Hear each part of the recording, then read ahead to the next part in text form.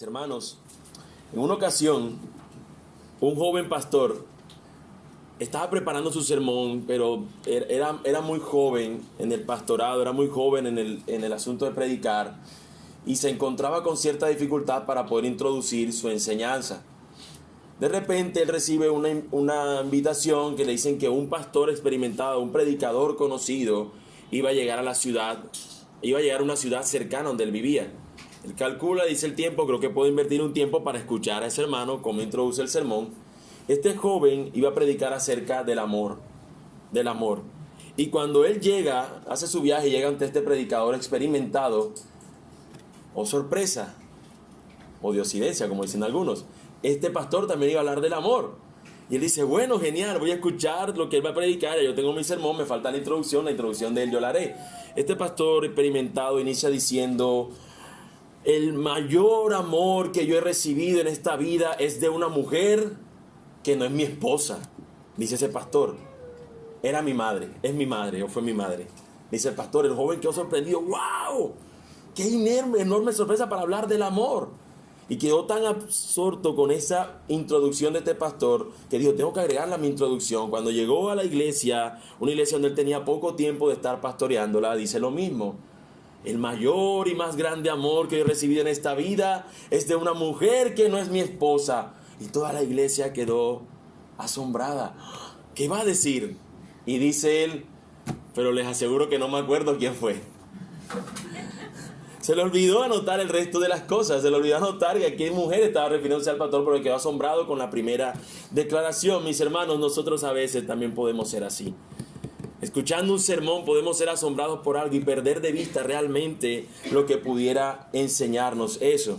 Por eso este sermón del monte no queremos verlo de una manera tan general, tal vez como nuestro Señor lo hizo, sino que nosotros tenemos y necesitamos tal vez estudiarlo quizás con mayor profundidad, teniendo en cuenta ciertos aspectos que el Señor va dando a lo largo de un sermón. Este sermón está comprendido en 3 capítulos, como bien decía nuestro hermano, del capítulo 5 al capítulo 7. Y son muchas cosas interesantes las que están diciendo allí. De hecho, nosotros lo conocemos como el Sermón del Monte, y ese fue el nombre que le dio, bueno, muchos teólogos lo han también llamado de esa manera, pero ese nombre se le atribuye a Agustín de Hipona, conocido como San Agustín. Se le atribuye que él fue el primero en mencionarlo de esa manera. El Sermón del Monte, esta porción de la Escritura es el Sermón del Monte. Jesús hace un sermón en un monte, y así lo llamó él.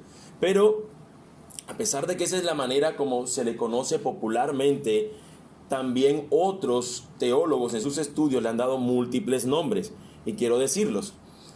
Unos los han llamado el Manifiesto Antifarisaico, otros un diseño para la vida, las enseñanzas en la colina, la Carta Magna del Reino, la Ética del Reino, el Discurso de Ordenación de los Apóstoles, el Compendio de la Doctrina Cristiana, la Constitución del Reino de Dios, el Puro Evangelio y la Ley del Reino.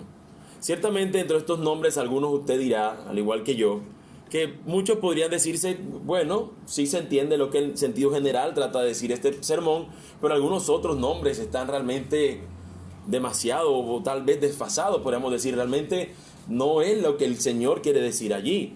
No es solamente hacia ese punto donde lo quieren llevar algunos autores. Creemos que probablemente podemos llamarlo de esa manera, y así lo hemos llamado el Sermón del Monte, a este bloque de capítulos del Evangelio de Mateo. Pero de manera específica también queremos verlo como que es Jesús, como el Rey, que va a darle el mandato, le va a dar la orden, le va a dar la constitución a sus ciudadanos. Esa es la manera como nosotros lo vemos y queremos observarlo. Algunos de estos títulos tienen sentido, otros no tienen realmente tal sentido. Muchos, de hecho, han dicho que el Sermón del Monte es lo que una persona debe hacer para ser salvo. Eso es lo que una persona debe hacer para ser salvo, dicen algunos, pero nosotros sabemos que la salvación no es por obras. De tal manera no podría ser ese el sentido del Sermón del Monte. Más bien el Sermón del Monte es un llamado a cómo deben vivir en el reino los que ya están en él. Aquellos que están en el reino, si tú te has preguntado alguna vez, entonces si soy cristiano, si he creído en Cristo, ¿cómo he de vivir? El Sermón del Monte es un compendio de eso. nos muestra a nosotros cómo debe vivir aquel que dice ser cristiano, aquel que dice que es un verdadero creyente en el Señor. Como quiera que nosotros le llamemos a esta porción, como ya hemos dicho, nosotros le hemos llamado y queremos continuar con ese nombre tradicional del Sermón del Monte. La manera como lo llamemos no es la más relevante. Lo importante es el contenido de ese sermón. Lo importante es quién dio ese sermón. Y lo importante es la audiencia, cómo debería responder a ese sermón. Son las cosas que nosotros queremos enfatizar. Pero antes de llegar a ellas, quisiera decir un poco del contexto del sermón. Recuerden que estamos tomando un libro como Mateo. Y ya estamos en el capítulo 5 y vamos a terminar en el capítulo 7. ¿Y qué pasa con el resto de Mateo? Queremos tener un poco de contexto para que no se vea como extraer de un tema de un libro sin tener en cuenta las consideraciones particulares o especiales que hay allí. Primero que pudiéramos decir, para entender las implicaciones de las palabras de Jesús para nuestro tiempo, es que cuando Mateo escribe este evangelio, cuando Mateo ha de narrarlo, cuando han de comunicar este apóstol, este siervo del Señor, este autor sagrado va a comunicar el evangelio, él tiene una audiencia particular y es una audiencia particularmente judía. Los judíos tenían algo claro: su Señor, el Dios, detuvo el usar a un hombre como profeta 400 años antes. A ese periodo se le conoce como el periodo o los años del silencio del Señor. 400 años donde Dios no utilizó a ningún profeta, a ningún hombre para hablar palabra al pueblo. Y termina la escritura comunicando que antes de que venga el Mesías tenía que antecederlo un profeta, un Elías, un hombre que sería una voz que clamaba en el desierto. Y esa es la idea que ellos tienen. ¿Cuándo va a venir nuestro Mesías? Y sí, tenemos a lo largo de la historia judía que ellos empiezan a vivir determinadas guerras. Hay una guerra conocida como los Macabeos, están escritas en el libro que conocemos nosotros como fuera del canon. Y ahí están escritas esas guerras que los judíos establecen contra el imperio griego. Y ahí nosotros nos damos cuenta que esta gente está deseando que un rey aparezca a libertarlos finalmente del yugo en el cual ellos se encuentran. Ese es el periodo donde este hombre va a escribirles a estos judíos. Mateo va a hablar su mensaje a estas personas y él va a presentar a Cristo como el rey, como el Mesías que había de venir. Esa es su intención, por eso él busca hablar de la genealogía para que sepan que viene de David, donde ellos esperaban, que viene también de Abraham, que es aquel en el que van a ser benditas todas las naciones de la tierra. Es por eso que él, Mateo, procura hablar de que él en su nacimiento fue adorado como un rey por otros de Oriente, por unos sabios de Oriente fue adorado él como un rey, fue adorado como un rey. Y que en los comienzos de su ministerio estaba caracterizado el anuncio de Cristo de esta manera: arrepentíos y convertíos, porque el reino de los cielos se ha acercado. Ya Juan el Bautista había anunciado estas cosas. Ya Juan el Bautista había anunciado como el heraldo que había de presentarse: el rey viene, el rey vendrá después de mí. Y cuando Juan el Bautista dice justamente en la escritura que él es apresado, inmediatamente Cristo aparece en escena en su ministerio, es bautizado por Juan, recibe el Espíritu Santo y sale el Señor a proclamar y proclama: el reino de los cielos se ha acercado. Juan el Bautista es como ese heraldo que se presentaba en las ciudades y su rey venía atrás con su compañía, y cuando los reyes venían atrás el heraldo se adelantaba, iba muy adelante y empezaba a proclamar el heraldo diciendo: viene el rey, salve al rey. Y la gente empezaba a salir de sus casas y hacían como una especie de desfile, o la gente se colocaba alrededor de los lugares para recibir al rey que iba a llegar a visitar su villa, su aldea o el lugar donde las personas se encontraban. Esa es la intención de mostrar al Señor de esa forma. Así fue la aparición de Cristo en escena. No es más que la aparición misma de un rey, y el Sermón del Monte entonces debemos considerarlo como la proclamación de sus demandas y las normas de su reino. Es el Señor llegando y diciéndole a los seguidores, a los ciudadanos de su reino: yo soy el rey y esto es lo que nosotros deberíamos hacer. Es, de otra manera decirlo, la constitución del reino de los cielos. Y es una ocasión interesante la que nosotros encontramos para este sermón. Acompáñenme allí en el mismo Mateo. Vamos a leer solamente de los versículos 12 al 25 del capítulo 4, para poder en esta lectura rápida que vamos a hacer, ver cómo es el contexto cercano que tenemos de este sermón del monte. Jesús va a iniciar su ministerio. Juan el Bautista ya ha predicado, Juan el Bautista ya ha dicho que hay uno que ha de venir, que ellos necesitan arrepentirse. Juan el Bautista bautiza al Señor, el Señor va al desierto y es tentado por Satanás. Satanás de cierta manera aquí es presentado, y no de cierta manera, sino que la Escritura nos da sentido de ello, que Él es el que tiene el gobierno del sistema del mundo actual. Y Él le ofrece a Cristo: yo te lo doy, toma, te doy todos los reinos si me adoras. Pero el Señor no ha de tomarlo de esa manera, sino que recibiendo la ira del Padre, Él ahora va a recibir también la soberanía sobre todas las cosas. Bajo sus pies, bajo su autoridad, van a quedar puestas todas las cosas. Así que nosotros tenemos más o menos ese contexto previo, pero a partir del 12 nos dice la palabra del Señor. Cuando Jesús oyó que Juan estaba preso, volvió a Galilea. Y dejando a Nazaret, vino y habitó en Capernaum, ciudad marítima, en la región de Zabulón y de Neftalí, para que se cumpliese lo dicho por el profeta Isaías, cuando dijo: tierra de Zabulón y tierra de Neftalí, camino del mar, al otro lado del Jordán, Galilea de los gentiles, el pueblo asentado en tinieblas vio gran luz, y a los asentados en región de sombra de muerte, luz le resplandeció. Y esa profecía está ahora siendo consumada en Cristo.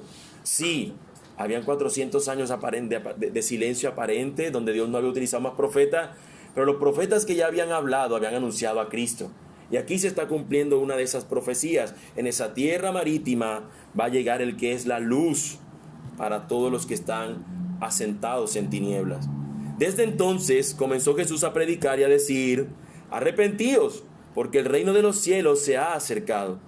Andando Jesús junto al mar de Galilea, vio a dos hermanos, Simón llamado Pedro y Andrés su hermano, que echaban la red en el mar porque eran pescadores, y les dijo: venid en pos de mí, y os haré pescadores de hombres.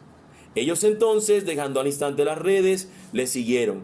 Pasando de allí, vio a otros dos hermanos, Jacobo hijo de Zebedeo y Juan su hermano, en la barca con Zebedeo su padre, que remendaban sus redes, y los llamó. Y ellos, dejando al instante la barca y a su padre, le siguieron. Y recorrió Jesús toda Galilea, enseñando en las sinagogas de ellos, y predicando el evangelio del reino, y sanando toda enfermedad y toda dolencia en el pueblo. Y se difundió su fama por toda Siria, y le trajeron todos los que tenían dolencias, los afligidos por diversas enfermedades y tormentos, los endemoniados, lunáticos y paralíticos, y los sanó. Y le siguió mucha gente de Galilea, de Decápolis, de Jerusalén, de Judea y del otro lado del Jordán. De todo esto que acabamos de leer podemos decir algunas cosas, mis hermanos. Podemos decir que los inicios del ministerio de Cristo estuvieron caracterizados por la predicación incansable de la palabra. Jesús le predicó a las personas: arrepiéntanse, el reino de los cielos se ha acercado.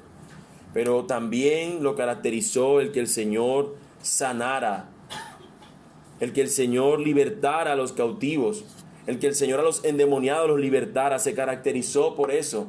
Eso hizo que su fama se extendiera rápidamente. Eso hizo que su nombre fuera conocido en regiones donde la gente simplemente dijo: hay un hombre que está sanando. Tú no tienes a tu primo enfermo, vamos, llevémoslo. Y así su fama se fue extendiendo rápidamente. Todos acercarse a Jesús para que sanara a aquellos que estaban enfermos. Es allí donde Jesús aprovecha, podríamos decirlo de esa manera. Al ver una multitud que le está siguiendo, Él sube a una montaña y desde allí Él les va a enseñar. Muchos, al tener seguidores, al tener personas que los sigan y que los escuchen, de ahí en adelante lo que busca es decir cosas para que los demás se sientan bien.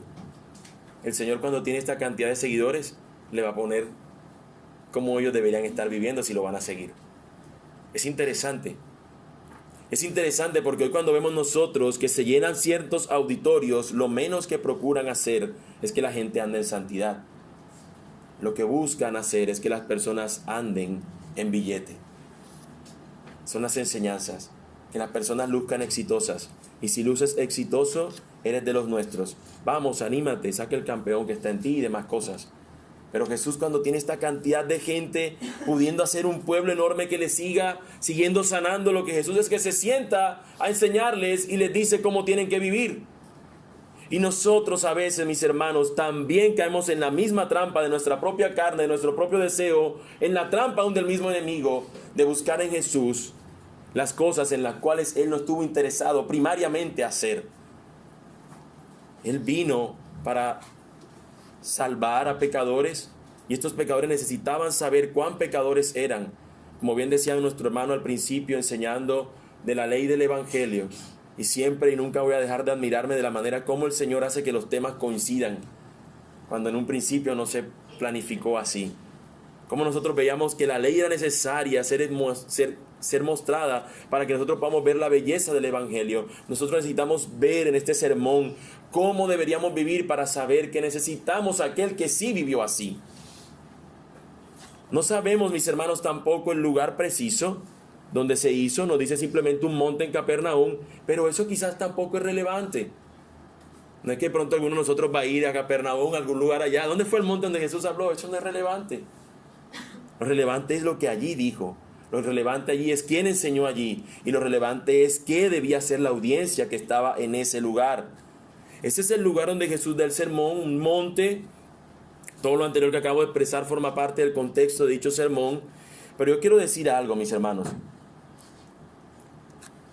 Además de lo que ya he dicho, pero que para que un sermón se llame sermón, debe tener por lo menos estos tres elementos.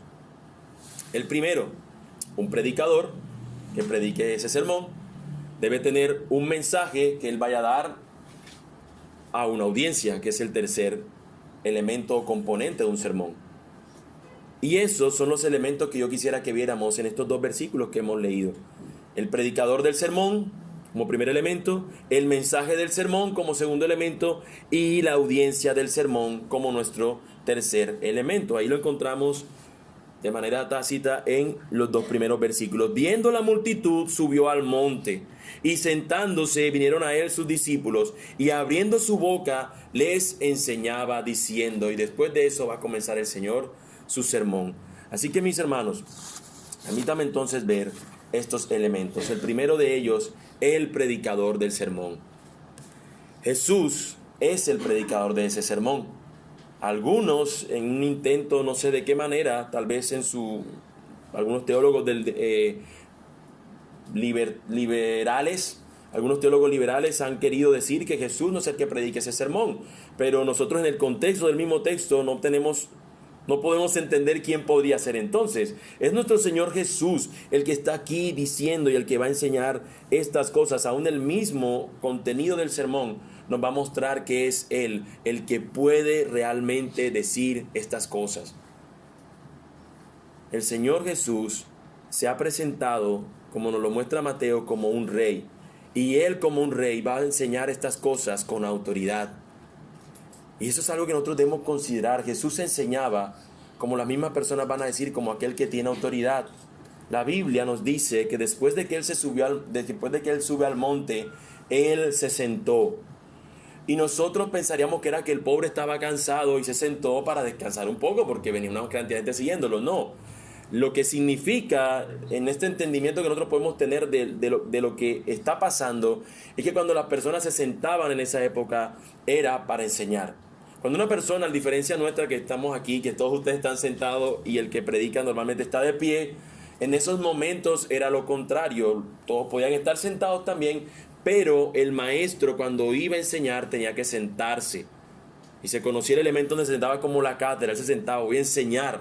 Y se colocaba allí en ese sillón, en esa silla o en esa postura de sentarse porque va a empezar a enseñar. Así que eso no podría pasar desapercibido para nosotros. Esa expresión debemos considerarla porque el acto de sentarse es considerado en esos momentos como un acto o un ejercicio de autoridad. Jesús hizo lo mismo en Lucas 4. Cuando el Señor, leyendo Isaías 61, Él abre el rollo y se sentó en la sinagoga a enseñarlo y empezó a decir, escrito está, es el año del favor del Señor, el Espíritu de Dios está sobre mí para dar libertad a los cautivos, para dar sanidad a los enfermos, es el año del favor del Señor, lo lee y cuando termina de leerlo, Él le dice a las personas, estando sentados, recuérdenlo, les dice, está hablando este texto de mí. Y cuando le dice eso a las personas, todos estaban asombrados. Y de hecho dice el texto que sus ojos estaban abiertos, así, los ojos así expectantes, porque les hablaba como uno que tiene autoridad, no como los demás. La gente lo veía como quien tiene autoridad, los ojos lo tenían puestos sobre él. La diferencia de Jesús frente a escribas y fariseos y demás clases religiosas era que su autoridad no era por lo externo, no era una autoridad que era basada en lo que él podía mostrar, no era la autoridad basada en lo que Jesús viera. Mira, allá está el borde de su manto, wow, qué manto tan reluciente, míralo, tiene tal cosa puesta sobre su cabeza, wow, mírenlo, allá está cumpliendo las cosas. No, por lo externo a Jesús no pudieran considerarlo, recuérdenlo. Jesús sanaba en sábado y eso para los fariseos era terrible, porque él no guardaba algunas cosas. Porque el Señor, mira, no te lavas las manos, eres un comelón, eres un bebedor. Siempre estaba el tiempo las personas, o realmente esta clase religiosa, criticando a Jesús porque él hablaba con autoridad, pero ellos no veían de dónde. La autoridad de Jesús no estaba en lo externo como estos escribas y fariseos querían hacerlo. Una fachada. Y el Señor les dice, ustedes son sepulcros blanqueados. Por fuera, ustedes saben, todas las lápidas se ven bonitas. De mármol hasta se hacen.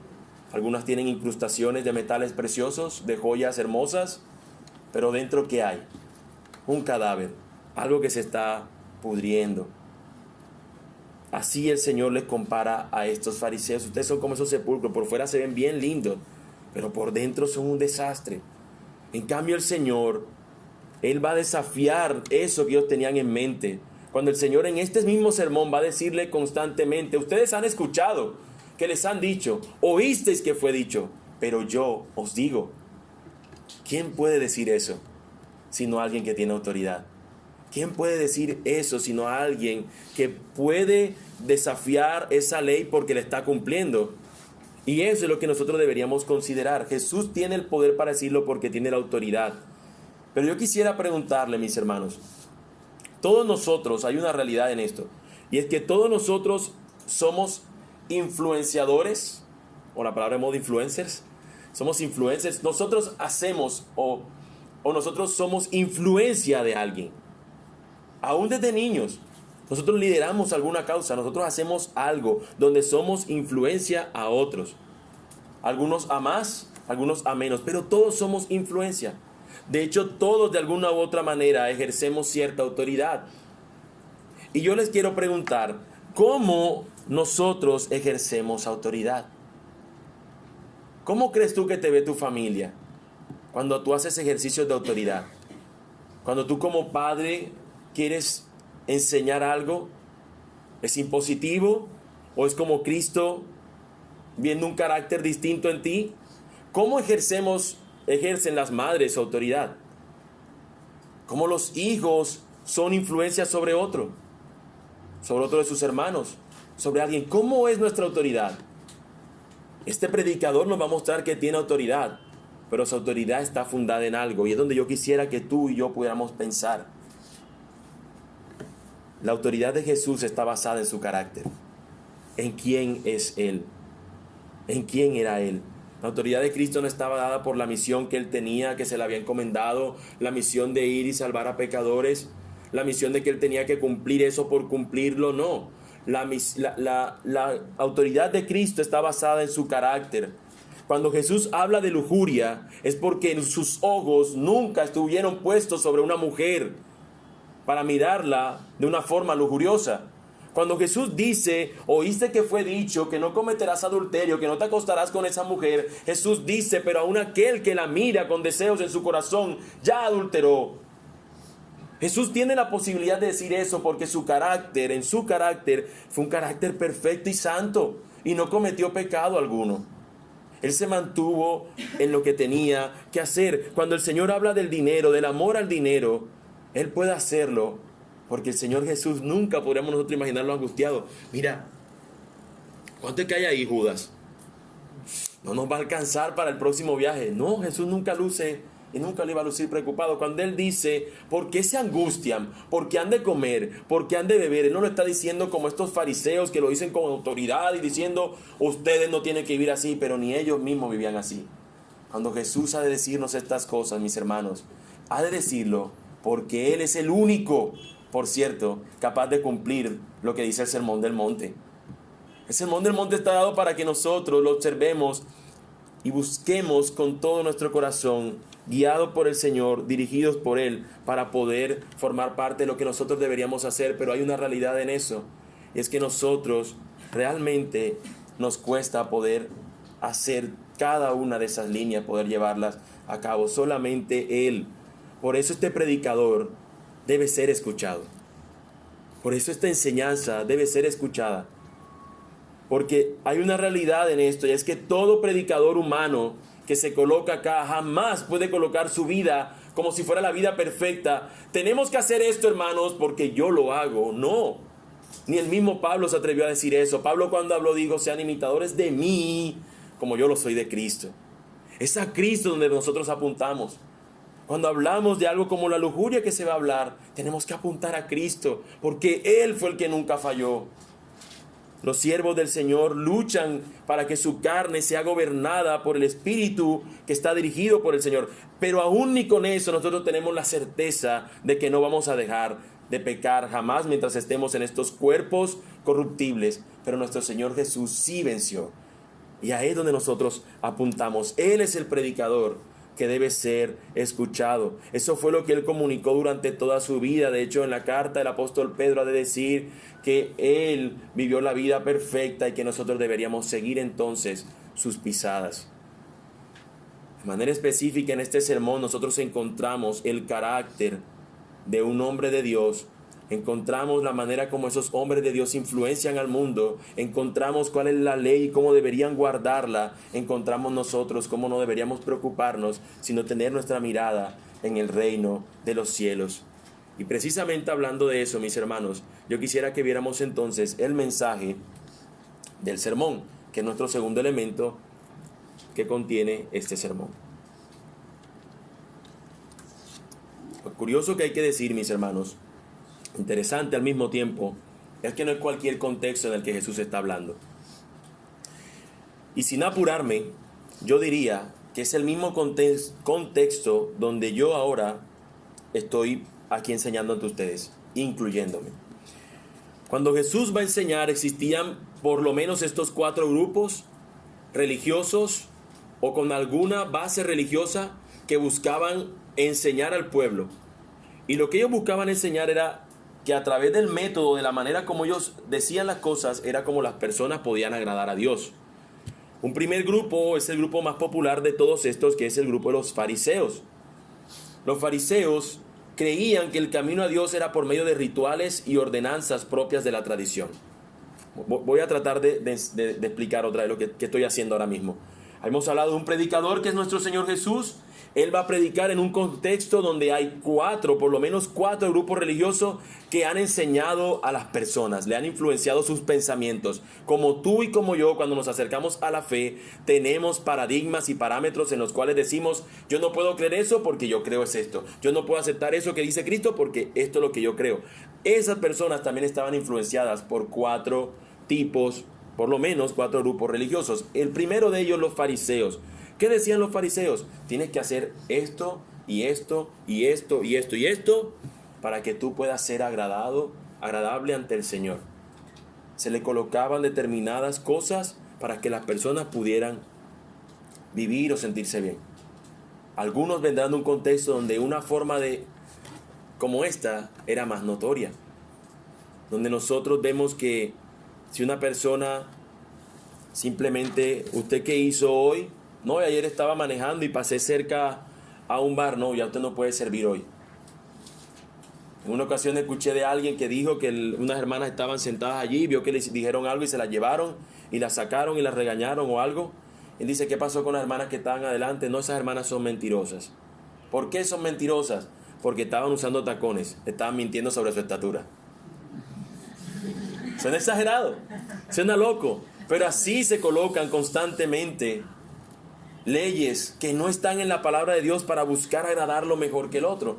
Estas personas hacían eso. Pero también existía por otro lado otro grupo, los saduceos. Los saduceos creían que la vida era más que un asunto temporal. Estos eran más intelectuales y racionalistas. Estos buscaban más pensar en que todo es lo que vemos el aquí y el ahora, de tal manera que su mente, en ellos no creían que había resurrección, no creían que había ángeles, ellos no creían en los milagros. Su concepto de la vida era materialista y temporal, el aquí y el ahora. Y de eso también hay muchos en nuestros contextos cristianos del momento, donde solamente la realidad de las cosas se centra en lo que va a pasar aquí, y esto aquí, esto ahora, es todo lo que tú puedes alcanzar, vamos, motívate, anímate. Tal vez sean los saduceos modernos. Los saduceos tenían un tema más hacia la ley y guardaban algunas cosas, pero eran racionalistas e intelectuales. Pero también existe otro grupo que tal vez no sea tan conocido, que son los esenios. Los esenios, se dice en la historia, que surgieron alrededor del segundo siglo antes de Cristo.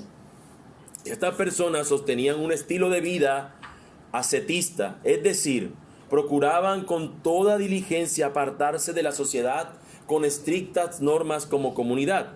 Es decir, nosotros tenemos que vivir bien guardando esto, no nos acerquemos a esos impíos, ni de cerca. Vivamos acá en nuestra propia comunidad, y el que quiera pertenecer a nuestra comunidad son bajo estas condiciones. Si no, no. Y nosotros vemos hoy esenios modernos, como los Amish, por ejemplo, que son culturas donde se encierran en un lugar, en una población, y tienen una determinadas normas de convivencia y maneras de vivir. De hecho, en la Edad Media se vio mucho eso en los llamados monasterios, donde se apartaban las personas, y de aquí no podemos salir sino todo el tiempo orando y cantando, porque si salimos al mundo nos perdemos. Ahora imagínense, esas son las tres grupos que están enseñando, influenciando a la persona. Pero hay otro cuarto, y son los llamados celotes, quienes eran caracterizados por el activismo político y la revolución social. Va a venir el rey, y este rey va a acabar con estos impíos, con estos gentiles que nos están dominando. Ahora imagínense esos cuatro grupos influenciando un pueblo, y Jesús va a tener una audiencia donde de una u otra manera, por lo menos estos cuatro grupos han influenciado a esas personas allí. Jesús ha de predicar. ¿Cuáles son los pensamientos que tú y yo tenemos? ¿Cuáles son nuestras influencias fuera del cristianismo o fuera de las palabras de Jesús que nos impiden realmente tomar lo que nos enseña Jesús como válido? ¿Qué es lo que a nosotros nos impide? Hemos visto que ese maestro, ese predicador, que fue como lo dijimos, ese predicador es distinto a cualquier otro predicador, porque está basado en su propio carácter. Ninguno ha podido asegurar y certificar que es Dios, solamente Él. Es diferente a cualquier otra persona o a cualquier otro sistema que te haya sido enseñado. Entonces la pregunta es, ¿por qué no escuchar al verdadero predicador y escuchar a aquello que ha sido probado que no es lo que realmente vale? ¿Por qué escuchar a cualquier otra cosa y no escuchar a nuestro verdadero predicador, aquel que ha mostrado que lo que él dice lo cumplió? Algunos de nosotros pensará, y es la conclusión que podemos sacar de estos cuatro grupos, que no hay nada nuevo bajo el sol. La Biblia ya lo ha dicho. En ese entonces se llamaban de esa forma. Hoy nosotros le damos otro nombre. Pero es lo mismo. Seguimos viendo grupos como estos enseñando ciertas cosas, alejándose cada vez más de las enseñanzas de Jesús. Ellos sostenían sus propias maneras de agradar a Dios, de acuerdo con sus acciones. Unos con acciones políticas, otros con acciones de no creo en milagros, otros guardándose en un lugar, encerrándose, otros colocándole más leyes a las leyes que ya existían. Pero todos buscaban su propio sistema de agradar a Dios. Y Jesús les va a decir a ellos que no es como ustedes lo han oído. Es así como yo les digo. Yo soy quien tiene la autoridad. No es como ellos dijeron, es como yo les he dicho. Este es el verdadero mensaje del reino de Cristo, el que Él va a decir.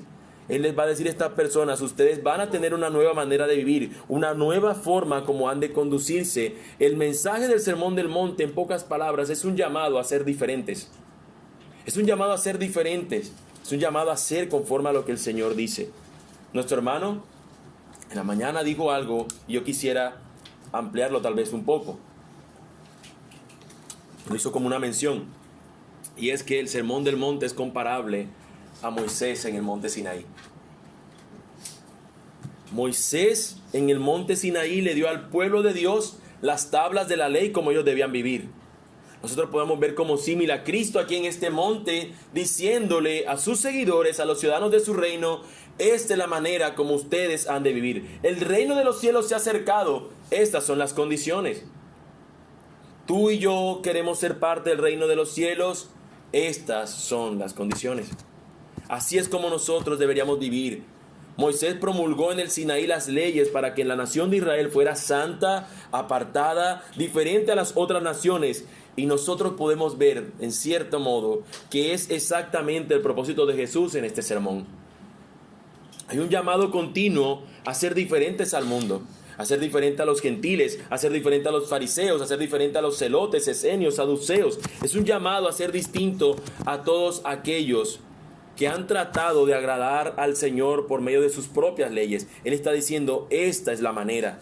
A que no ores como ellos, a que no ames el dinero como ellos, a que no pierdas tu sabor mezclándote con ellos, a que tú seas sal, a que seas luz del mundo, a que no te ocultes, a que muestres de tu carácter. Eres bienaventurado cuando eres un pobre en el espíritu, cuando muestras tu necesidad de Dios. Cuando haces eso, tú podrás entonces alumbrar a otros, hacer la sal que el mundo realmente necesita, hacer la influencia como cristiano que el mundo necesita. Como bien diría un autor, John Stott, quiero leer lo que él dice acerca del Sermón del Monte, acerca del mensaje. El Sermón del Monte entonces debe verse en este contexto. Retrata el arrepentimiento y la justicia que pertenecen al reino. Es decir, describe cómo se ve en la vida y la comunidad humana cuando se encuentran bajo el régimen de la gracia de Dios. Cómo se ve la vida y cómo se ve la comunidad humana ahora que están bajo el régimen de la gracia de Dios. ¿Cómo se ven? Diferentes. Jesús hizo hincapié en que sus verdaderos seguidores, los ciudadanos del reino de Dios, deberían ser completamente diferentes a los demás. Cierro la cita y pregunto: ¿realmente lucimos diferentes al mundo, hermano? Pregunto a los jóvenes, a los niños. Cuando un compañero, están ustedes y un compañero de ustedes que no es creyente o que no está buscando conocer de las verdades de Dios, y quiero empezar por los niños, lucen diferente. ¿Cuáles son los anhelos? ¿Son los mismos o son distintos? ¿Cuáles son los deseos de ellos y cuáles son los deseos de ustedes? Y a los adultos lo mismo. Si nos compararan con nuestros compañeros de trabajo, ¿qué es lo que nosotros procuramos alcanzar? ¿El carácter de Cristo o el ascenso que están peleando por igual mis compañeros? No estoy diciendo que el ascenso sea malo, quiero dejarlo claro. Pero más allá del ascenso, ¿tú te ves luchando por parecerte a Cristo o luces como ellos, solamente centrando su vida en el aquí y en el ahora? ¿Cómo lucimos nosotros? El mensaje de Cristo en el Sermón del Monte es hacer diferentes. No solamente cuando dicen que, mira, ahí viene una hermana, vamos a ver cómo mira el cristiano, y tú estás así. Ahí viene tal muchacha, es hermana creo, viene tal persona, y tú te mantienes así, tu mirada así. Ah, mira, se mantuvo a la raya. No es eso lo que está diciendo el Señor. No es algo así simplemente como un patrón donde usted cuando mire, usted ponga los ojos así, no lo espabile porque se le queda la memoria registrada acá, dicen algunos. No es eso, es un llamado realmente a vivir distinto. Por eso esto es introductorio, sí, pero nos está de cierta manera hablando de que este sermón, mis hermanos, de que este sermón nos hace ver una realidad en la cual tú y yo deberíamos estar viviendo. Y hay algo que hay que considerar, y es que tú y yo, la mayoría de los que está acá, creo yo, si alguno no lo sabe, por favor acérquese y puede acercarse a nosotros, pero la mayoría, si no todos los que están acá, saben leer. Y si este sermón al final tú encuentras de que necesita ser aprendido, léelo. Y haz preguntas al texto, y si algunas dudas tienes, acércate a hermanos que puedan ayudarte en esto. Pero ninguno tiene excusa para decir, pero es que yo no puedo ir a todos los domingos a escuchar el resto del sermón. Mateo 5, 6 y 7, aquí lo tienes. Son las palabras de Jesús a cómo tú y yo deberíamos vivir. Durante los próximos meses sí estaremos ahondando en esto, viendo con más detalle algunas cosas, pero nosotros podemos decir en sentido general que Jesús lo que está diciéndole a las personas es: No hagas semejante a ellos. No hagas como los otros grupos. No hagas como las otras personas. Haz esto. Guarda esto. Pero yo quisiera de todas maneras hacer dos consideraciones que pudieran presentarse en nuestra lectura de esto o en la exposición de esto.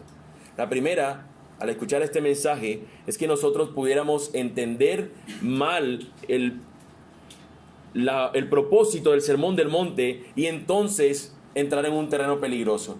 ¿Qué es eso peligroso que podemos entrar nosotros en el Sermón del Monte? Considerarlo como simplemente aspectos morales y entrar nosotros a verlo como un moralismo donde tenemos que vivir de esta forma. Entonces decir, mira, así lo estoy haciendo yo. Qué bueno estoy siendo yo. Ahora sí, Dios, dame. Porque estaríamos entrando en lo que acabamos de decir, que es lo que el Señor precisamente está corrigiendo en las personas. Ahora, otros podrían entrar en la otra escena, en el otro lado de la balanza. Y eso es muy difícil de cumplir. Solamente Jesús lo pudo cumplir. Eso es muy exigente. Definitivamente eso no es para esta vida. Así que yo no voy a poder cumplir eso. Jesús, gracias por la salvación. Tú cumples el resto de lo mío que necesite para eso. Estas demandas son muy difíciles, son muy gravosas, son muy terribles para yo poder cumplirlas. Esto es algo demasiado exigente. Pero nosotros nunca vemos que el Señor hace eso entre las personas. El Señor lo que hace es que deberíamos nosotros considerarla porque nos muestran el carácter santo de Dios. Y Él nos dice, sean santos como yo soy santo. El mensaje del Sermón del Monte, mis hermanos, busca lo mismo que la ley del Señor buscaba, que veíamos en esta mañana. Que nosotros viéndola y también dándonos cuenta de la imposibilidad que teníamos para cumplirla, nos lleve a aquel que sí la ha cumplido. No era la ley la que había de salvarnos, era aquel que sí la cumplió, nuestro Señor Jesús. Eso es lo que nos debe procurar a nosotros mover este Sermón del Monte. Los fariseos creían que podían agradar a Dios por sus obras. Y lo cierto es que nuestro corazón también lucha con lo mismo. Creemos que podemos agradar a Dios con la manera como nos comportamos. De hecho, es muy común escuchar aún aquellos que están convencidos y seguros que la Escritura nos enseña eso, que somos elegidos para salvación, que nosotros no tenemos que hacer ninguna obra para salvarnos porque ya Cristo la hizo y solamente por fe somos salvos por medio de gracia. Aún eso se ven luchando en su corazón, con que cuando terminan de hacer algo bueno esperan que el Señor los recompense con eso. Aunque somos salvos por gracia, esperamos recompensa por obras. Y eso no está garantizado en la Escritura. Nosotros obramos porque fuimos preparados en medio de nuestra elección para salvación, para que también andemos en las obras que el Señor ha guardado de antemano para que nosotros andemos en ella. Y lo que nosotros recibimos, lo recibimos del mismo modo como hemos recibido todas las cosas, incluyendo la salvación, por gracia. Porque el Señor soberano le plació dárnoslo a nosotros. Ayer meditábamos con un hermano y es una invitación que quisiera decirlo con ustedes. Es curioso que el Señor tuvo a 3 discípulos con los cuales se los llevó a todo lugar, a todo momento. Y tú dirías, esos discípulos tenían que hacer grandes cosas. Y luego te encuentras que el primero de los apóstoles que muere era uno de esos 3. De ese grupo de 3 que tú dirías, esos 3 fueron testigos de todo, Dios los va a utilizar para algo. No, solamente quedan Juan y Pedro, porque Santiago es el primero de los apóstoles en morir. Y uno queda sorprendente. El Señor soberano ha obrado como Él quiere. Y lo mismo es acá, mis hermanos. Esta es una demanda que nos lleva a nosotros a considerar cómo es el carácter de Dios y cómo Él espera que nosotros andemos. Si hay algo que debemos llevarnos en este sermón, si hay algo a lo que debe llevarnos este sermón, es al pie de la cruz. Es correr a Jesús, a la dependencia de Cristo todos los días de nuestra vida. Así que nosotros deberíamos considerar al predicador de este mensaje, al mensaje de este sermón, pero también a la audiencia que está escuchando o que está recibiendo este sermón. La audiencia o los destinatarios, y es algo que muchos han debatido diciendo que solamente esto es para los discípulos y que no incluye a la multitud que está allí. Y yo creo que nosotros deberíamos considerar algunas cosas que el mismo sermón nos muestra para incluir aún a la multitud que ha seguido a Jesús. Dice que Jesús, viendo la multitud, sube al monte. Lo que motiva a Jesús a subir al monte no son las personas. No es que Él dijo, me voy a subir al monte, me traigo nada más a mis discípulos y les enseño. No, porque aún el alcance de Jesús, y yo quiero que tú pienses en esto, Él lo amplía y lo hace mucho más grande. Cuando al final del sermón Él dice, a todos aquellos que escuchen mis palabras y las pongan en práctica, a cualquiera que me oye estas palabras y las hace. ¿A quién les está hablando Jesús allí? A nosotros también. ¿Recuerdan ustedes cuando alguna vez hayan leído Juan 17 que Jesús está orando una oración hermosa y preciosa? Y que Jesús en esa oración nos incluye a todos aquellos que han de creer en mí. Y aquí nosotros encontramos que Jesús dice, aquellos que escuchan mis palabras y las hacen. A esos también está incluido este sermón. Es un rango mucho más amplio. La audiencia, mis hermanos, podríamos concluir que es la multitud que está allí, que están los discípulos allí, pero que en cierta manera, aquellos que seguimos a Cristo, estamos incluidos como la audiencia de este sermón. Nosotros debemos escuchar con finitud estas palabras y buscar con diligencia cumplir con la demanda de Jesús. Evidentemente, Él es quien tiene que obrar en nosotros para podernos ayudar a vivir estas cosas. Podemos concluir que respecto a la audiencia, es que estas demandas de Cristo acerca del reino de los cielos son para aquellos que pertenecen y han de pertenecer a su reino. Estas demandas de Cristo, como la constitución de su reino, son para aquellos que creen en Él y los que han de creer y han de pertenecer a su reino. Son sus leyes y la justicia de quienes se conducen en Él. Y la pregunta sería entonces, y tal vez sea muy obvia, ¿estamos viviendo conforme a las demandas de este reino? Y quisiera agregar una que no es tan obvia. ¿Conoces las demandas de este reino? ¿Cómo sabes tú si estás dando un verdadero fruto como creyente si no conoces qué es lo que se pide de ti como creyente? Algunos de nosotros, o algunos entre nosotros, podrían estar solamente acercándose. Me parece bien la enseñanza, me gusta mucho Jesús, he aprendido de Jesús, he entregado mi vida a Jesús. ¿Cómo has de vivir? No sé. En la audiencia el Señor espera que haya una respuesta. El predicador es Él, hay que ser observado y tenemos que considerarlo. Qué autoridad Jesús. El mensaje, qué gran mensaje. Pero como audiencia tenemos que responder de cierta manera. No mires a otros. No mires a otros que tal vez como haciéndose llamar cristianos han defraudado o han hecho algo que tú dirías, eso no lo hace un creyente. No mires a otros. Lo que nosotros hemos hecho es que tú pongas tu atención en el que es el predicador, en Jesús. Si pones tu atención en Jesús, tú tendrías que ver que si Él me ha enseñado, que si Él ha cumplido y todo esto lo ha llevado a la perfección. Tal vez nosotros podríamos ser o pudimos ser en algún momento aquellos que seguían a Jesús por las razones equivocadas. Tal vez algunos de los que están aquí presentes han venido a congregarse hoy buscando algo particular aparte o diferente a Jesús, buscándolo a Él por las razones equivocadas, tal vez como la multitud que estaba allí. Recuerden que Jesús estaba sanando, estaba libertando cautivos y mucha de esa gente estaba allí esperando el momento donde Él coja a su enfermo. Míralo, aquí está, lo traje. Muchas de esas personas estaban esperando eso tal vez. Y Jesús ha de darle a aquellos que aunque ellos no querían, es lo que realmente necesitan. Así es como ustedes deberían vivir. Y deberíamos entonces preguntarnos, ¿por qué seguimos a Jesús? ¿Nos seguimos por las razones correctas? Porque hemos creído en Él y en su obra de salvación, en que Él nos ha justificado, en que ya ahora somos de Él y que Él está buscando cada día en mi vida seguir santificándome. Y el Sermón del Monte me muestra cómo eso va luciendo cada día.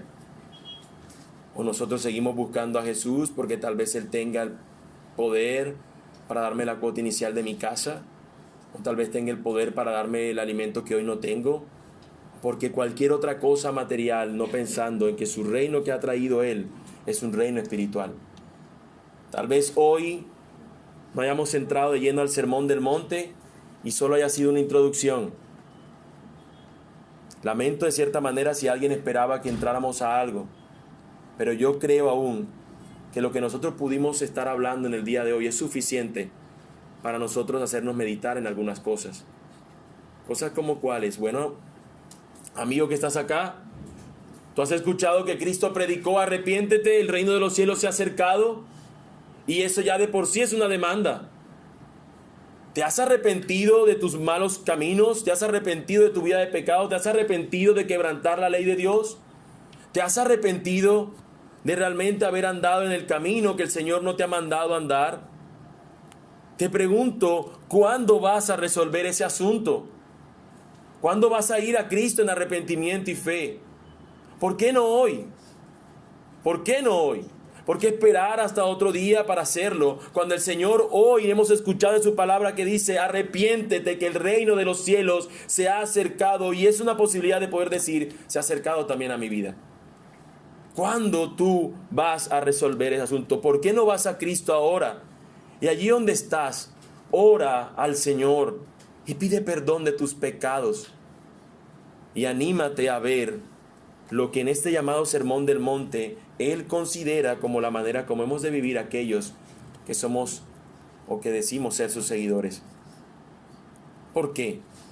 Porque el Sermón del Monte es la promulgación de un rey, cuyo reino es espiritual y no terrenal, como Israel lo esperaba, como tal vez tú lo esperabas. Debes considerar este Sermón del Monte porque las demandas de este reino no son externas, son internas. Son del corazón y deben llevarnos a una oración verdadera a Cristo. El mensaje del sermón nos muestra nuestra incapacidad de vivir conforme al perfecto estándar de santidad de Dios. Y eso nos motiva a ir al Señor continuamente para buscar misericordia.